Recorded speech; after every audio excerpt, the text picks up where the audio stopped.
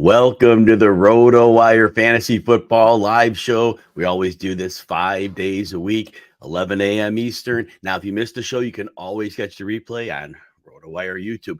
Now, with Labor Day, Memorial Day, 3 months off. Labor Day coming up. We're going to be off on Labor Day. We're going to take off Tuesday as well, but Wednesday coming back with a marathon with 50 fantasy football experts. That'll be Wednesday, September 6th, 10 a.m. to 5 p.m. Eastern time, I should say. That is going to be a phenomenal show. You're going to get a lot of last-minute season advice, last-minute draft advice, if you still have drafts on, but it's going to be a celebrity who's who of fantasy football analysts. If you want details for that show and to see who some of the people are on it, go to my Twitter at Jim Coventry NFL. Good morning, Randy. All right. Now, if you have Sirius XM Fantasy Channel, Saturday and Sunday, 1 to 3, Mario Puig and myself will be on today on the RotoWire show. Sunday, 1 to 3, Alan Soslowski and myself, again, getting you ready for those last-minute drafts, getting ready for the season. All right. End of the show. Stay tuned. Got Tracy Gilroy Norton on to talk about players she's targeting in 2023 fantasy football drafts. All right. We're going to talk Morning Albert. We're going to talk about later round players we could take today. So anyway, John, welcome in the house. All right. So the first one, we use Fantasy Mojo ADP. This is the last 2 days ADP. It's FFPC drafts, but that at least gives us some idea, like today, what the micro ADP is. So Tyler Allgeier is going just outside the 10th round in the 11th round, 4th pick last year. So first of all, I guess we'll talk this year first. So yes, Bijan Robinson is their lead back. He is the guy. Nobody questions that for a second. But I want you to know this. Atlanta ran the ball 579 times last year. Many of those games, terrible game script, games they should have been throwing, but they didn't. There was the Cincinnati game that crystallized it. They were down heavy in the early second quarter, getting blown out. Yet they kept running. This year, they added a lot of pieces on defense. It's going to take a while for them to gel, but their game scripts, and it's a soft schedule too, their schedule and their improvements, they're going to be in games all year long. They're going to run the ball. So even if we see Bijan get about 60% of the carries, it's a little over 300. There's still going to be well over 200 carries left for Tyler Allgeier, and I know Cordero Patterson will get some work. They're talking about using him a little more in that receiving role they did a couple of years ago. So that offensive line and motion and extra tight ends and extra running backs, you'll see 2 running back sets. Arthur Smith understands defenses today have personnel to stop the pass, lighter players than ever. So he is going against the grain, and he is taking advantage of that. Allgeier ran for 4.9 yards per carry. It doesn't necessarily speak to whatever his talent level is. He was a latter round draft pick last year, but it shows he was still able to break tackles. Allgeier was at a 92nd percentile rate, and after contact, 87th percentile. He had 6 runs of 20-plus yards on 210 carries. Allgeier understood how to run within the framework of that defense and make people go. Now, I think Atlanta is going to win a decent number of games this year. And I think he is, at his big size, he's the closer back, I think. So here's my point. And I want to one more thing. When he was starting down the end stretch of the season, the last 4 weeks of the year, when Ritter was the quarterback, he averaged 5.45 yards per carry. So he was getting it done. Now, I expect him to get somewhere in the range of 8 to 12 carries per week. There's that much to go around in that offense. And I think he's a flex option most weeks. Now, hopefully Bijan plays the whole season, but should he miss time, Allgeier walks into a great spot as well. So you're drafting him outside, the top 10 rounds, Allgeier, and what you're doing is you're drafting him as a flex with the hope that if he steps into more work, you got him as well. All right, the next player, Juwan Johnson, is going in the latter part of the 11th round. So Juwan Johnson, I think you know this already, he was a college wide receiver. So he was that player. He was definitely going to be a project coming into the league. And we talk about it all the time. Tight ends very, very rarely make it in their first year. Very rarely happens. Kyle Pitts was used as an outside receiver, but he was, obviously his skill set is insane. But that doesn't happen much. Juwan Johnson was always on a multi-year track if he was ever going to break out. Well, in his third year, he did. 508 yards doesn't sound like a ton, 7 touchdowns, but we saw he basically about week 5 or so, they really started understanding and integrating him into the offense. So Juwan Johnson was productive. Now he's very good in the seam. And here's what they're going to need this year. So we know the Saints ran a lot of 2 tight end sets last year. They're going to continue that. The reason being is they've got to keep Derek Carr protected. The interior offensive line is not super strong. I have questions about all 3 players on the interior, and even at left tackle. Trevor Penning was the 10th pick in last year's draft. He was hurt a lot. We don't know what we have in him. Maybe he's good, maybe he's not. But if he's a problem, right tackle's fine. Ryan Ramchek's a stud. But Carr's going to need protection. So they bring in Foster Moreau. And once he got drafted, initially, Juwan Johnson's ADP kept falling because people thought he was a threat. No, Moreau is there to block. Juwan Johnson is a dynamic receiver. And when you think about the nature of pressure, throwing to the middle of the field is often the preferable route. I think Juwan Johnson walks into a lot of targets, and he's a big red zone threat. So I think you are getting him in the 11th round if you're punting tight end, if you're in a tight end premium league, or if you need 2 tight ends. Juwan Johnson is definitely a player to target, but his ADP now is gone up from where it was in a decent spot. Moreau came, it fell. Now people are understanding, no, it's Juwan Johnson. So he's back to the 11th round, but that's where you need to get him. Now, if you're in a casual league, you might get him in the 13th or 14th. So just be cognizant of the level of competition that you're playing against. Jake Ferguson is next. All right. So if you've been listening to me all summer and even all spring, those hardcore fantasy players, you know I was on Jake Ferguson back in March and April, and I'm like, dude, he's going to be the guy there. And the fantasy community didn't buy it. I was getting him in the 20th round of best ball drafts. A little while into this, later spring, I was getting him in the 18th, 17th round. He has gone up. FantasyMojo.com ADP last few days, 13th round, early 13th round. People are onto him now. And what I want you to know about Jake Ferguson is this. He is a tight end for Dak Prescott. That's all. Right there. At full stop. Dak Prescott had an end-of-career Jason Witten who couldn't run anymore, and he still made him fantasy relevant. Dalton Schultz, a guy who was behind Blake Jarwin, but Jarwin jacked his hip up. Well, Schultz was reliable. Ran in the middle of the field. Couldn't run after the catch. But look, Dak Prescott made him a fantasy force. Jake Ferguson is the first tight end in a while that Prescott has who's explosive. It was small sample size. He was 79th percentile yards after the catch. He only had 19 targets. He caught 16 of them. 9.2 yards per reception was decent. But here's the thing. His ADP shot up because Dak Prescott made a comment saying that Ferguson's going to be a star. And all of a sudden, now I couldn't get Ferguson in the 20th round or 18th round of drafts anymore. Now I got to spend up to get him. But it's worth it. Because, again, Dak Prescott reads defenses so well, and he understands the holes in the zones, and he finds his tight end there. So his tight end is always going to be productive. That's not going to change because Dak Prescott is just so good at going through his reads and finding the optimal route. So Jake Ferguson still at his enhanced ADP. I believe he flirts with again, it's no big shakes to make top 12 tight end. You don't need a lot of fantasy points to get there, but I definitely think he's in that mix. And I think there's a world where he could be better than top 12. So I definitely think he's a player you might look at. Hey, at RotoWire, we're rebuilding all of our DFS optimizers from the ground up. College football, NFL optimizers. They're ready for the new season. Man, it's starting. They're available, RotoWires, at a fraction of the cost of other optimizers on the market. So make sure you're checking out the RotoWire lineup optimizer before you lock in those week 1 lineups. Go over there. It's seriously a good product. All right, more late round players. We're going to go way later here. 14th round, 12-team leagues. Darnell Mooney. Yeah, I know. I get it. But here, first of all, I want to point out, Mooney's the number 2. DJ Moore's the clear number 1. I've been saying all along, the Bears, from an organizational standpoint, they have to know if Justin Fields is their guy. They cannot go into this year with a run offense, once in a while let him throw, or just let Fields run on his own. They can't do that. They have to know. They're trying to build something here. Fields is going to throw the ball this year. And their defense, although they made more than Charlene, before the defense get those additions, they're not going to be great. They might be a couple tiers better than bottom of the rung, but they might be acceptable. They're going to give up a lot of points. The Bears are still going to have to score points. So Darnell Mooney is the number 2.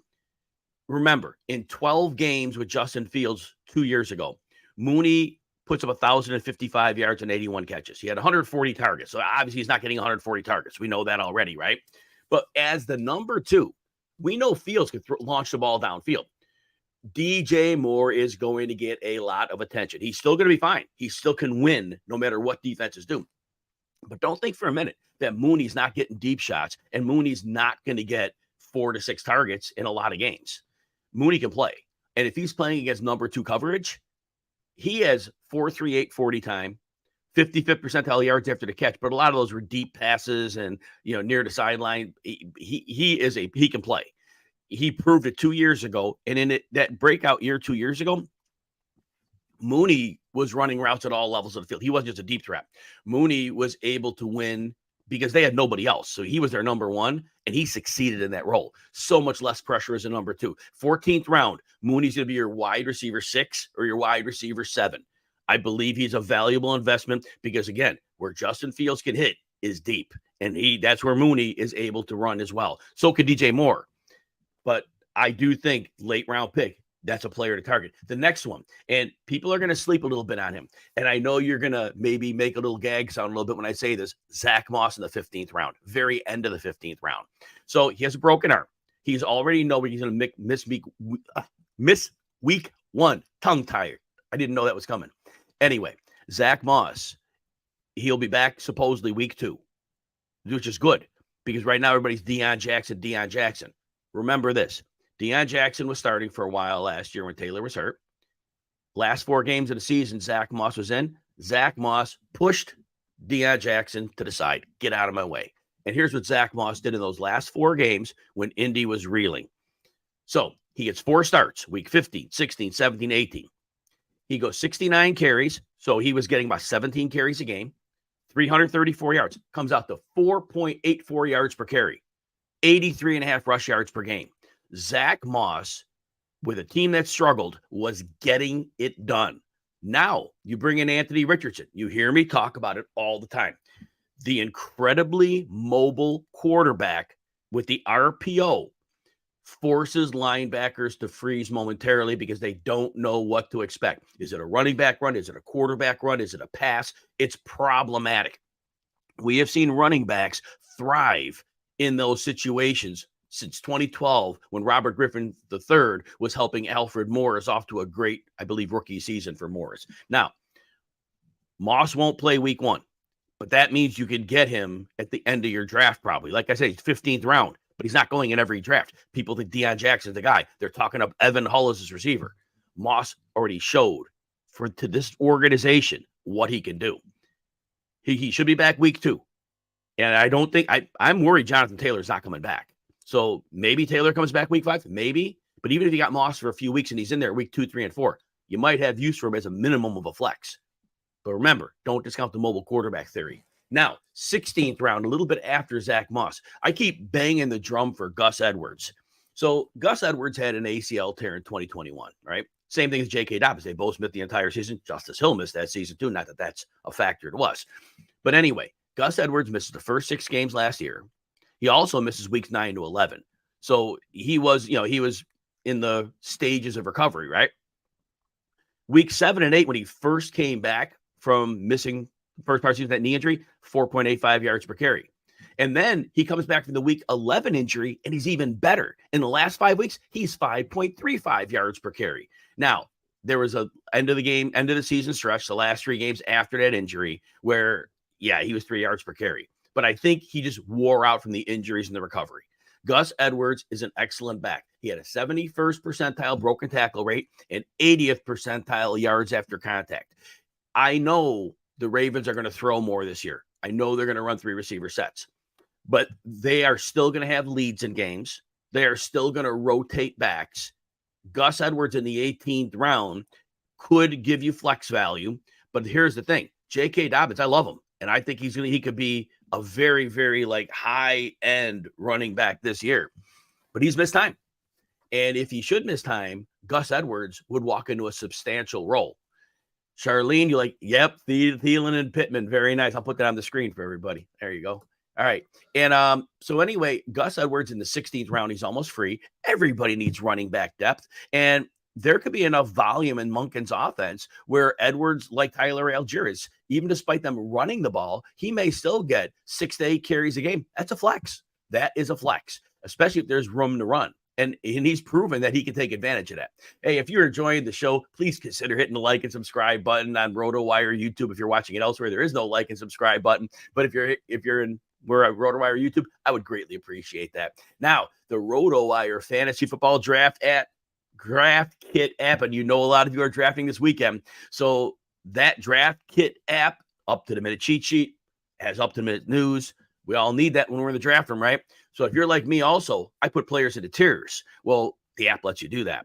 So if you want to check out currently the number 1 ranked paid app, sports app in the Apple Store, you go to the RotoWire Fantasy Football Draft Kit app and find out why. All right, more players. We're going to go to Clyde Edwards-Helaire next. Yeah, I know. I'm digging deep here, okay? But there's reason behind all this. So first of all, we have his yards per carry. Now, I know he hasn't been a good player. All right, let's just get that out of the way. He has not been very good. But what we see from him is he had 4.4, 4.3, and 4.3 yards per carry. Okay, so easy enough with that. We know that he can get some yardage. Now, there's a lot of meat on the bone. That's been the problem with him because the Chiefs always give you yards after the catch, after contact, I'm sorry. And he's missed time. He missed 7 games in each of the last 2 years. That's a problem. But here's the thing. He's probably on his last chance in the NFL. That's probably true. And the other thing we're worried about is he's probably not going to start the season playing much. But here's what I want you to consider. Isaiah Pacheco, very good back. He does exactly what they need him to do. He gets to contact with free yards, and he runs with reckless abandon. So he gets those free yards, doesn't get much after the contact, but it's very valuable to the Chiefs. But that running style ended up costing 2 surgeries for Isaiah Pacheco.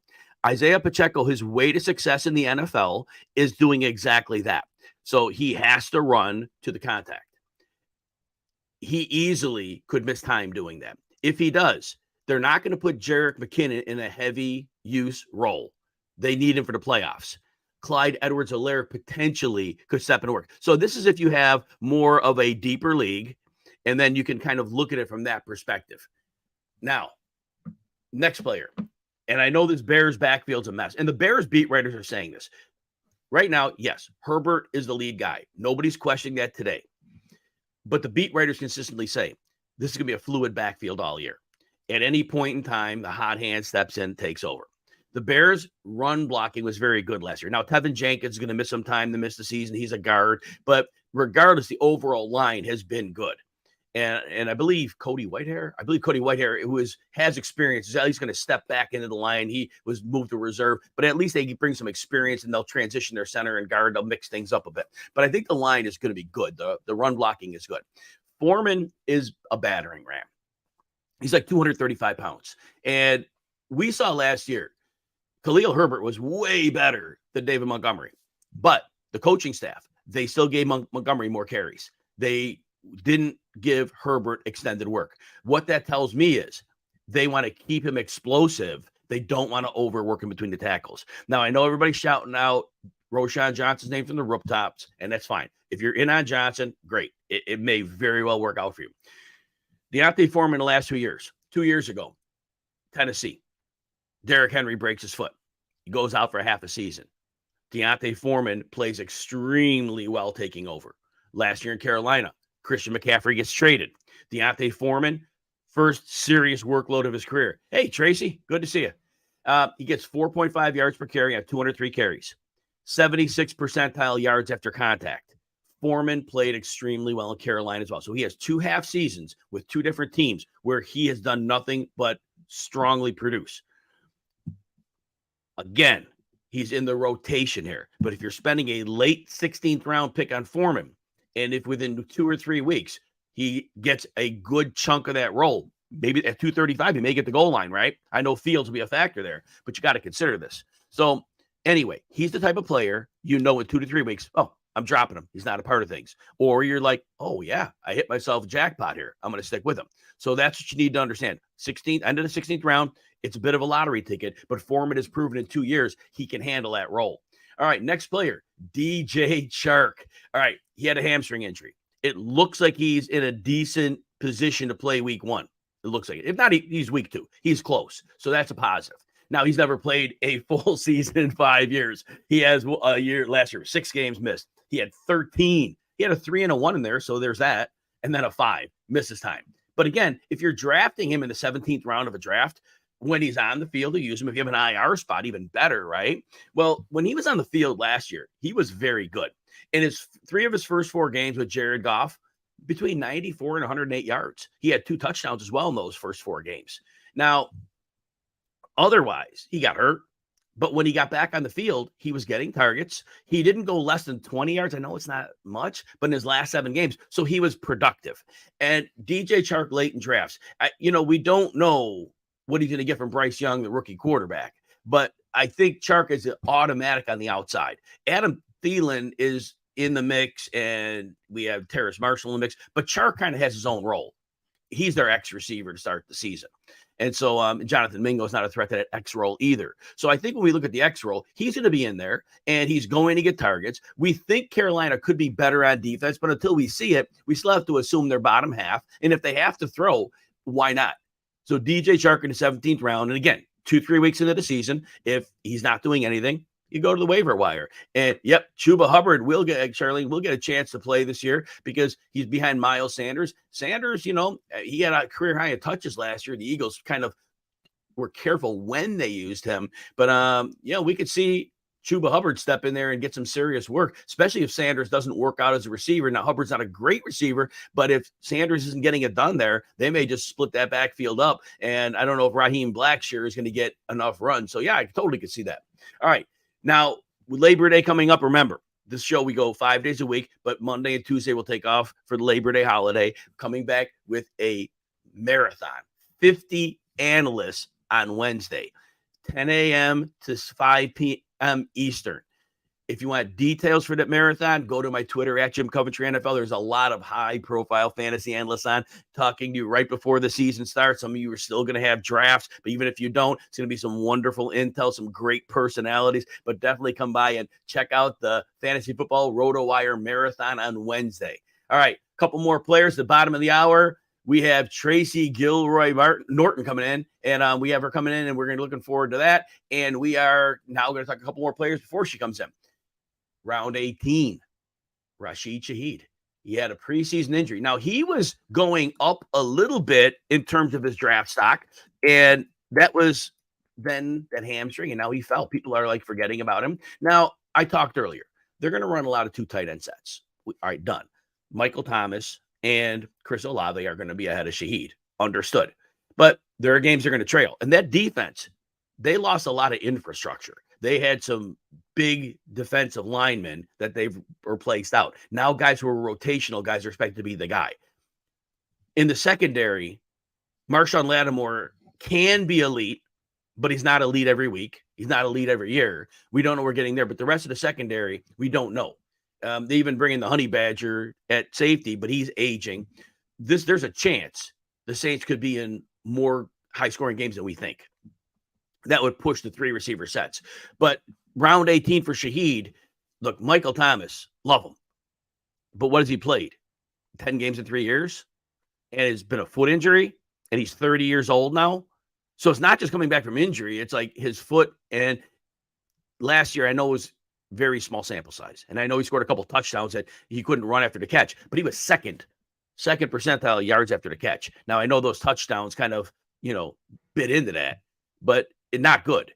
So if Michael Thomas isn't himself, if the foot sets back, Shaheed moves into a prominent role. And here's the thing with Shaheed. When he first came in last year, he was winning deep consistently, right? And then after the bye, they ran him on short and intermediate routes. He had 4 to 6 catches in 3 of his last 5 games. And it was impressive how he showed, this dude's not just a deep threat. He can win where we need him to win. Chris Olave is certainly the stud in that offense, certainly going to see the attention. But Rasheed Shaheed is going to see opportunity. And so I think in the 18th round, you take a shot because he was 88th percentile yards after the catch last year, 96th percentile in yards per route run. And he didn't play till week 6. Remember, he was a free agent they signed. So when he puts up 488 yards but didn't play till week 6, to me, super impressive. He proved himself last year. Somebody you can look at in drafts. And then, all right, let's hear me out on this one, okay? Round 18, again. I get it. Everybody's on Rachaad White. Totally get it. Now, he had an 8th percentile broken tackle rate last year. He's very lean in the legs. His size on the scale and the height, that looks good. But 8th percentile broken tackle rate, he has really lean legs. He's an upper body type guy. Well, he can't break tackles. I just don't see that changing. Chase Edmonds was horrible last year, right? Let's get this out of the way. He was with Miami. He was very good for 4 years. Chase Edmonds was in Arizona, receiving back and some running. He wasn't the primary running back. He will get he's better in the change of pace runner, but then he's a very good receiver.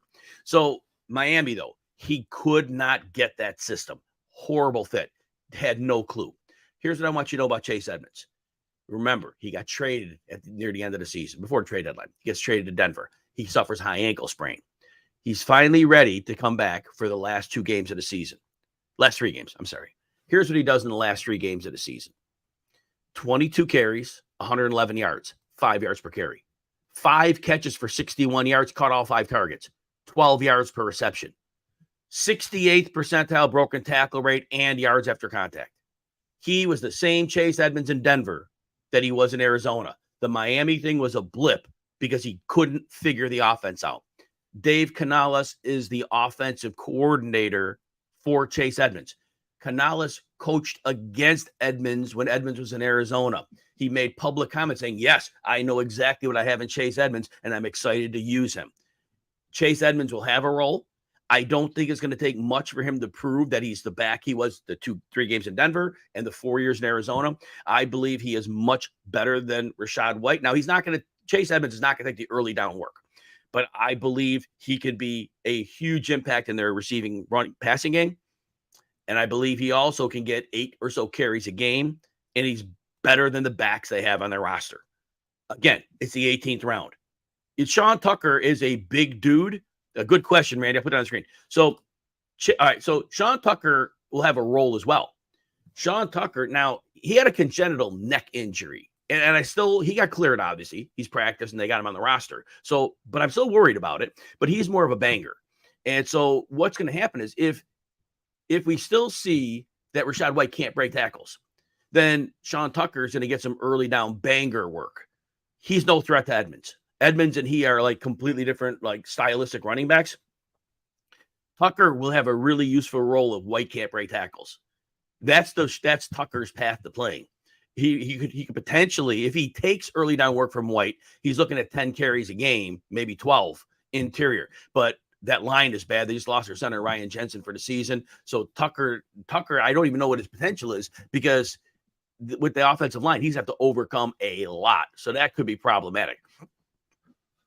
So I'm saying with Edmonds, you will know in 3 weeks if he has a role or he doesn't. And like I said, 18th round pick, you drop him, you go to the waiver wire, find the next hot thing, and roll with it. But I think there's a chance this works out. Finally, Chris Evans. Don't sleep on Chris Evans. The news that came out from Cincinnati camp was that he was much, much improved in his pass blocking. That kept him off the field. If you remember, when the Bengals were in obvious passing situations, it was Samaje Perine on the field, no Mixon. They don't trust him in pass protection. Chris Evans is a good receiver, but he didn't have the trust. If he has the trust, and I know Chase Brown's going to be involved too, but Evans knows the system. Evans, you'll know when again. You'll know in 2 weeks. You cut him. But round 18, somebody consider. Oh, we got the Gridiron Gal in the house. Tracy, you work for FF League Winners. You're the host of the Gridiron Gal podcast. And we know, Tracy, if they're not following you by the end of the show, they will. And you'll remind them of this Twitter handle. It's GG_FF bots. Tracy, tell us how things are going today. Things are going great, man. How can they be bad? It's a gorgeous day. We're talking football. Football's coming up in less than a week. I mean, can't go wrong, right? 100%. So excited to have you here. It's going to be a great time talking some football here. So what I like about the players that you told me is you are definitely not just going with the first round draft pick, second round draft pick. So it's fine to talk about them, but look, it's a big fantasy draft weekend. People want to find out about players later in the draft because those are the rounds that are confounding people. So a lot of us play in leagues, Tracy, you know this, 2 quarterbacks, super flex. Yep. We've got to have quarterback depth. And I think you've got a compelling case that you want to make for a quarterback you're taking outside the top 12. Who's that quarterback and why do you like him? It's Mr. Anybody that knows me that's been on a draft is annoyed with me because I keep picking him. It's Kenny Pickett. Freaking love this dude, man. I think he's going to do great. No one ever picks him, so you can pick him up super late. Although, he's starting to get a little bit more popular now. So I've been grabbing him a little bit earlier than I normally do. But yeah, no, I think he's going to have a great year. I think he's going to astound everybody. He's definitely a second round. He's not your first quarterback. He's definitely your second. But as far as points go, if you hang in there, I think it might take him a couple of weeks to kind of catch his footing. But I mean, we've seen him. He's looking good. He's looking good. The best thing I liked about him late in the season was he realized that George Pickens isn't the guy that's going to get a lot of separation, but he wins at the catch point. So Pickett finally got to us like, you know what? I could just throw the ball that way and he'll go get it. And that was a big step for him to make. And I think that was a big boost for him. And then, you're mentioning he's got Deontay Johnson, he's got Pat Freirmuth, he's got running backs who can catch the ball out of the backfield. Maybe Calvin Austin with his speed is a factor. Maybe Allen Robinson is a slot. So he has a very good wealth of weapons. So there's no shortage for, right? Not at all. Definitely not. And I mean, he didn't have the best year, let's be honest, but he didn't really get to play, but he did every throw. I mean, he had 5 drives and every one he ended up in the end zone. And you can't really go wrong with that. I don't know. I think everyone is kind of hating on him, and I think they're counting their chickens before they're hatched because this guy's gonna do well. And I've started picking him up like 2-3 months ago. So he's honestly in quite a few, probably way more than I should have him in, but he's in quite a few of my drafts.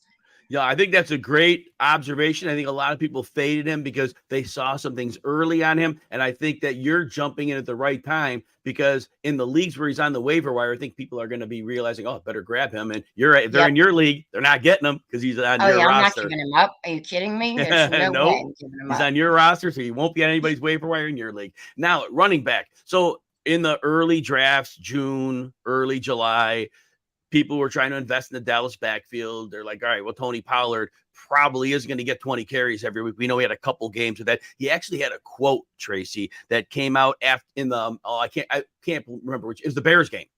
It was the third quarter of the game. He runs for like a 50-yard touchdown and he goes to the side and he tells the running backs coach, I'm done.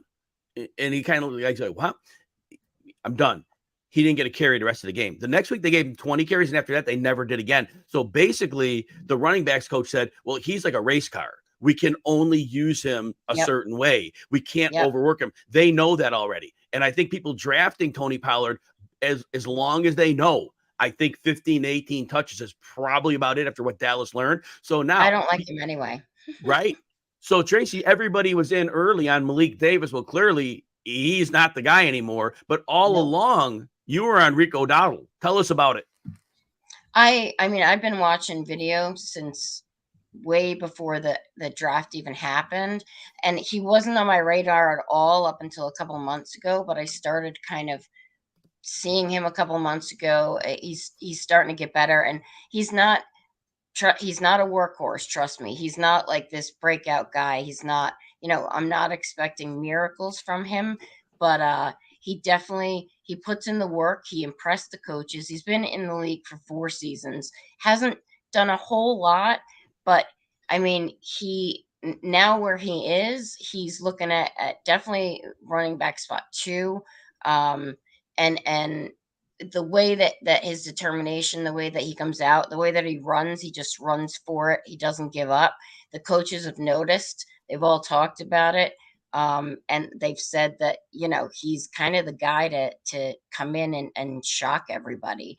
So I think it's going to take him, like I said, it's definitely going to take him a little bit, because he's not really a touch guy. He doesn't get a lot of touches. He hasn't been getting a lot of touches, but that's because I don't think he's really had the chance to. He's never given the opportunity to. So now that he's kind of, he's really like one of the only ones left, right? So I think he's going to surprise everybody, and I'm kind of excited that I started picking him up early. Yes, because, and you could get him at the very end of a draft. Dude, I get him like second to last, and nobody even knows who this kid is right now.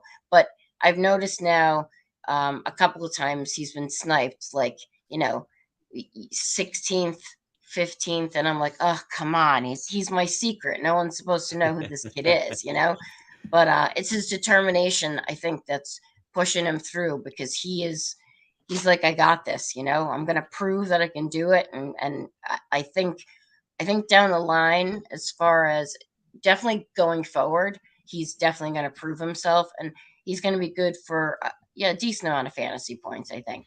And then one thing I'll add is the Dallas defense could potentially be a juggernaut this year. I mean, they added to the corner room. Stephon Gilmore was the big add, but getting players back like Jordan Lewis back from injury, they're deep in the secondary. And of course, they have Micah Parsons and DeMarcus Lawrence rushing the quarterback. So this team, Dallas, could be playing with leads. And if they're playing with leads, I don't think they want to burn Tony Pollard in clock killing mode. And if they right now on their roster, that would be Rico Dowdle. He would get those clock killing carries, and those could really be a benefit. So especially in those weeks where Dowdle's going to play elite, he could see really enhanced work, and that would add to his fantasy value for sure. Now, Tracy, and he's 6 feet, 215 pounds. So he's not like this light, he's good height, good weight, and he's good hands. He just needs to be given a shot. Right. And Dallas will load up, put an extra tight end on the field, and they're definitely going to be able to run while their line is still very good while they're healthy. Yep. Knock on something. Please stay healthy, Tyron Smith. I want you to play 17 games. Let's move the wide receiver, Tracy. So, look, last year, I believe the Houston Texans made a really sharp draft pick. Unfortunately, the young man got ill with some cancer, John Metchie. But tell us why this is the year. People are sleeping on him. Why should we be looking at John Metchie? Well, everyone kind of discounted him because of his ACL, and obviously because of the leukemia diagnosis. This kid bounced back. His last year, he threw 96 passes for 1,142 yards. Like, that's crazy. It's crazy. He's a workhorse, this kid, and we never got to see it ever. I mean, he was out the entire season. Right. So he's going to come in, and the way that he looks now, because I've been watching him, he looks good. I mean, he looks strong. And the fact that he came in and he made the cut, and like, who comes back from an ACL injury and cancer to come in and make the cut and impress everybody? I think it's going to take him about 6 to 8 weeks in order to get, it's going to take him a while, because he doesn't look as strong as he should. He's definitely slower than he was, but I mean, he had a lot of setbacks. So once he gets into the groove, he just needs to. He seems to be doing well, like they're meshing well together. Everybody's kind of, doing well, fitting together. He just needs a little bit to get out there, kind of get the nerves out. But he's definitely going to be one to watch. He's going to throw up points. I think he's going to be. I think people are kind of thinking he's going to be like a medium. He's going to be all right, but I think he's actually going to kind of steal the show, and he's going to prove himself this year for sure, because he wants to come out and do it. Like, he's set. He was ready last year, and the poor kid just caught a horrible break. So this is his rookie season, Yeah, exactly correct. Now, the one thing that really works for him, and right now the Texans' offensive line is a little bit banged up, but for the most part, CJ Stroud should have time to throw. You got Laramie Tunsil's a solid left tackle, even in the interior. Now, this is where the injuries are. Their center, Juice Scruggs, they drafted high. He's on quick IR. And Kenyon Green, the second-year first-round draft pick, he's on IR. But they still have Shaq Mason at guard, and Titus Howard's questionable week 1. But that said, I think by week 2 or 3, that line's going to be somewhat okay because the 2 IR guys are going to miss 4 games. But the outside is good. And if you're giving the young quarterback time to throw, I think that really enhances John Metchie's potential for fantasy. But I do think that's a great pick because a lot of people, again, are sleeping on. They didn't see him last year. They're not really thinking on it. And the Texans are kind of an afterthought. But I think you prove that's not a team to sleep on because they're going to have to throw. Yeah, exactly. And that's what it is. It's basically making sure that CJ Stroud has time, time to throw the ball is basically it. Because, he's still in himself. He's good, but he needs time to grow as a quarterback. So if they talk and they grow together, I think they could be a really good duo. Really do. 100%. Now, the last player we're going to talk about, the tight end position's tough to navigate this year because a lot of us are drafting quarterbacks early. In my opinion, if you draft both a quarterback and a tight end early, I think the roster builds are really tough at running back and receiver. I think you could have one of those, tight end or quarterbacks early. I don't think you have the luxury, unless a real casual league, of having both. So we have to dip our toe into the tight end pool outside often of that top 6 or 7. Again, if we can't have them both. So once we get outside that tier, Evan Ingram goes off the board, and then there's a bit of a lull. And there's one tight end sitting there who sits till about the 8th round or so in drafts, and he's almost always there. And I think he should be in that tier with Evan Ingram. Tell us why Pat Freirmuth is a player you're targeting this year. Well, I mean, he finished. He's been like his third year. He finished 7th overall as tight end.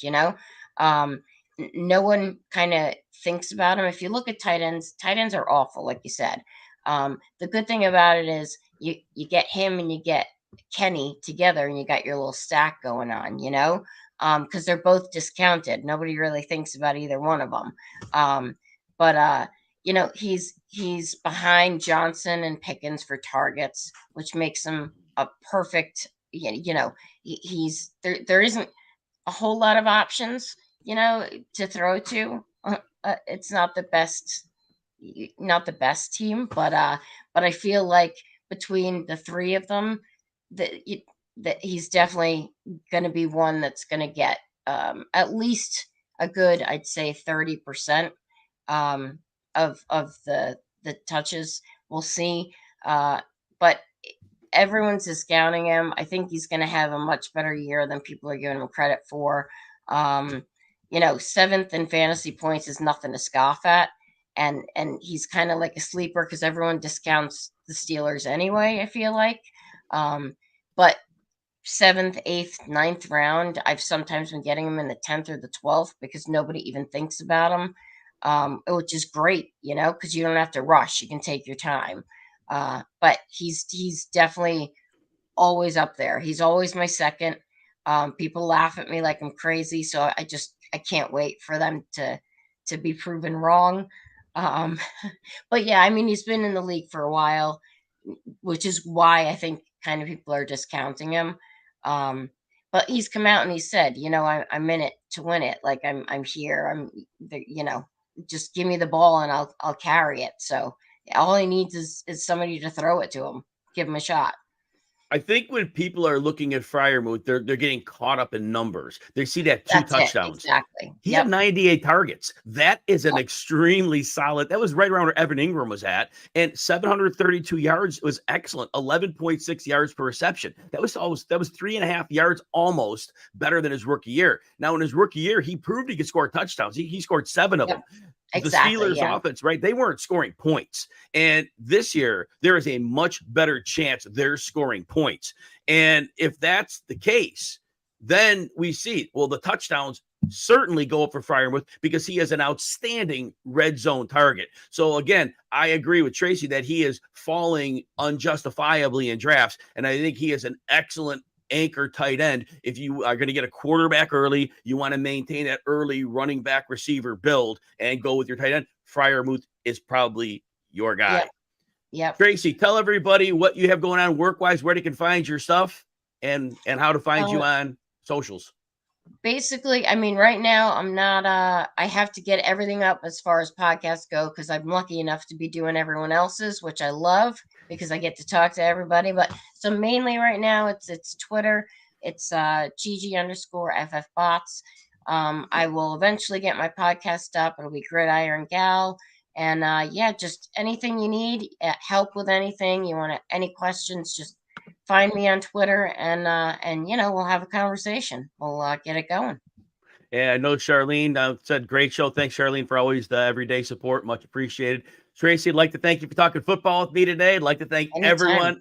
Thank you. I'd like to thank everyone out there for joining us. Please join me again Sunday, 11 a.m. Eastern, RotoWire YouTube. My guest is Chris Wazzle. I think we're going to talk a little gambling when I'm done talking fantasy football because he's a master gambler. Everybody have a wonderful day and a great